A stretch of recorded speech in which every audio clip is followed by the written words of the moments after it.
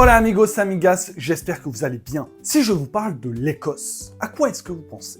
Quelle est la première chose qui vous vient à l'esprit? Est-ce que c'est le Loch Ness, Braveheart, le kilt ou alors le whisky?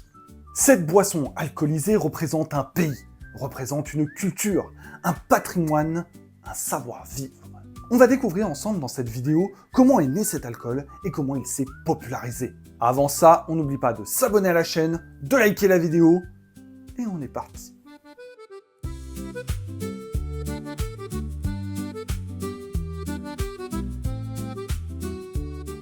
Chaque année, des centaines de millions de bouteilles de whisky sont vendues à travers le monde.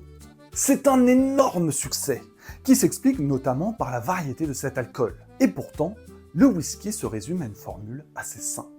Il s'agit d'un alcool qu'on fabrique par distillation de céréales fermentées, qu'on vieillit ensuite dans des fûts en bois. Simple, basique, on pourrait presque résumer ça de la bière distillée. La simple évocation du whisky nous fait directement penser à l'Écosse. Non seulement parce que les Écossais sont probablement les premiers à l'avoir fabriqué, et aussi, et même surtout, parce que le terroir du pays a enrichi cette boisson des 4 éléments. Le feu, l'eau, la terre et l'air. Un degré de sophistication et d'exigence qui ont permis au whisky de s'élever au rang d'alcool d'excellence. Il existe certaines théories sur les origines du whisky. Certains attribuent sa création aux Égyptiens, maîtres dans l'art de la bière. D'autres estiment que cela provient des Grecs, spécialistes des alambics. Les Grecs produisaient déjà de l'eau-de-vie durant l'Antiquité. Encore d'autres prétendent que des alchimistes européens comme Raymond Lulle ou Arnaud de Villeneuve auraient importé cette boisson du monde arabe. Tout cela n'est que spéculation. Il n'existe que de rares traces historiques antérieures au XVe siècle, et elles sont le plus souvent confuses. De toute façon, ce whisky d'origine n'avait certainement rien à voir avec le whisky écossais actuel. La première mention, la première occurrence du terme eau-de-vie date du XVe siècle. On rappelle que whisky veut dire eau-de-vie en gaélique écossais.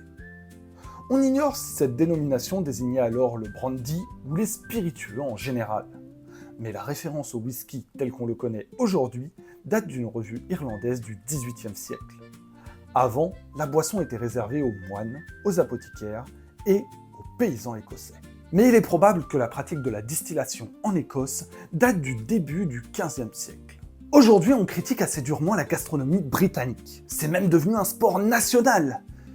Et c'est plutôt justifié. Personne ne remet en cause leur goût pour la bonne boisson. Et, je précise, pour la bonne boisson alcoolisée. C'est connu depuis l'Antiquité. Saint Boniface, au 8e siècle, parlait déjà du vice des Anglais et de leur penchant immodéré pour l'alcool. Les autorités en ont conscience très tôt, et elles en joueront. L'Empire va clairement booster les deux boissons britanniques, le gin anglais et le whisky écossais, leur conférant à tous les deux une renommée internationale.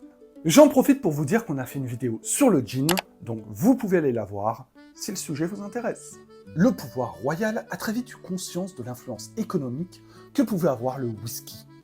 C'est pourquoi en 1506, elle en confiera le monopole à la confrérie des barbiers chirurgiens d'Édimbourg.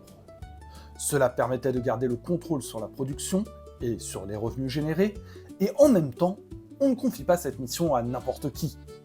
Il faut dire qu'on a souvent considéré que le whisky avait des vertus thérapeutiques.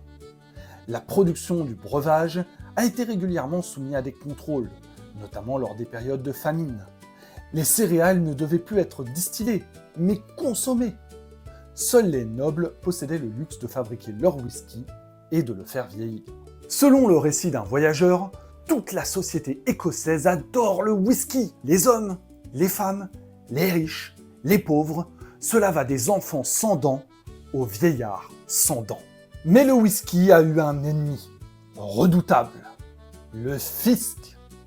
En 1644, la production et le vieillissement de l'eau-de-vie sont taxés pour la première fois. L'Angleterre, qui dirige l'Écosse, va financer ces guerres en taxant le whisky, ainsi que les céréales et les alambics, pour être sûr de bien essorer le business. En 1781, il y a même une interdiction de la distillation privée, et c'est en 1816 qu'une loi est votée pour abolir la précédente et pour alléger les charges fiscales. Par contre, la production clandestine, elle, est sévèrement réprimée, avec de lourdes sanctions à la clé. Jusqu'en 1983, la présence d'un fonctionnaire britannique était obligatoire dans les distilleries pour contrôler la production. Mais les Écossais sont des petits futés, et toutes ces entraves ne suffiront pas à arrêter l'essor du whisky. Toutes les tactiques sont bonnes pour protéger les alambics et les fûts, comme par exemple les dissimuler dans des tonneaux étiquetés désinfectants pour brebis, indétectables. De toute façon, on le verra plus tard aux États-Unis, l'interdiction de l'alcool entraîne la contrebande. Et au plus haut niveau, le roi d'Angleterre George IV, lors de ses visites en Écosse, consommait du whisky clandestin. Et c'est entre le début et le milieu du 19e siècle que la popularité du whisky va exploser. Sa réputation notamment va grandement bénéficier de la mauvaise image de son concurrent, le gin. Ce dernier est tenu responsable de nombreuses agitations au sein des classes populaires anglaises. L'Écosse, de manière générale, va connaître un grand boom touristique. Le mouvement romantique européen fait son apparition, les romans et surtout les fictions médiévales comme Ivanhoe de Sir Walter Scott vont exploser et la mode des tartans fait son apparition. De plus, la reine Victoria va faire du château de Balmoral l'une de ses résidences favorites. La reine s'efforçait de lutter contre le fléau de l'alcoolisme dans son royaume. Mais dans le même temps, elle ne se déplaçait jamais sans une bouteille de whisky, et elle donnera même le titre de fournisseur royal à la distillerie de Lochnagar. L'Empire britannique va donc pouvoir vendre son whisky sur tous les continents. Vous ajoutez à cela qu'à la fin du 19e siècle, une épidémie de phylloxéra va faire couler le marché du brandy, ce qui fait quand même un sacré concurrent en moins. Le whisky est devenu la boisson des gentlemen, la boisson de l'élégance, une boisson qui est bonne pour la santé, qui n'est ni mauvaise pour la tête, ni pour le foie. En tout cas, c'est ce que disaient les publicités de l'époque, et la pub n'a aucun intérêt à mentir. Encore une fois, un roi d'Angleterre, en l'occurrence Édouard VII, va avoir son importance. Le souverain se mit à diluer son whisky avec de l'eau, et bon nombre de ses sujets l'imitèrent, trouvant cette habitude très chic. Aux États-Unis, par contre, la prohibition va faire du mal au whisky. Non seulement parce qu'il était interdit, mais c'était le cas de l'alcool en général, c'est surtout parce que durant cette époque, qui court de 1920 à 1933, les fraudeurs vendaient des bouteilles de whisky frelatées, sur lesquelles ils collaient des étiquettes des grandes marques. Le scotch va tout de même survivre aux 2 guerres mondiales, alors que la production était intégralement stoppée durant toute l'année 1943.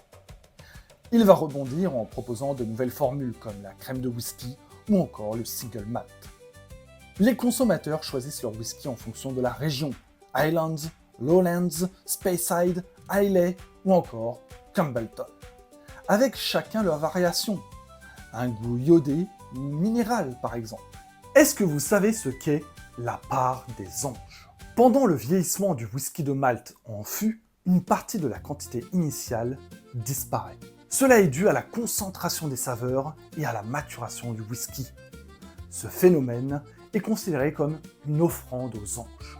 Le whisky est définitivement un alcool à part, un symbole d'élégance et en même temps un représentant du terroir écossais. Le whisky est également l'alcool du Far West, celui que les cow-boys prenaient pendant qu'ils jouaient aux cartes. Ah, toute une époque. C'est la fin de cette vidéo, on vous rappelle que l'alcool doit se consommer avec modération. Par contre, pour les likes, les abonnements ou les partages, là, vous pouvez y aller, pas de limite. Je vous rappelle que vous pouvez également commander notre livre Sans idées reçues sur le Moyen-Âge avec le lien dans la description. Vous pouvez également nous rejoindre sur Instagram et sur TikTok. Nous, on se retrouve bientôt pour une nouvelle histoire et à la prochaine.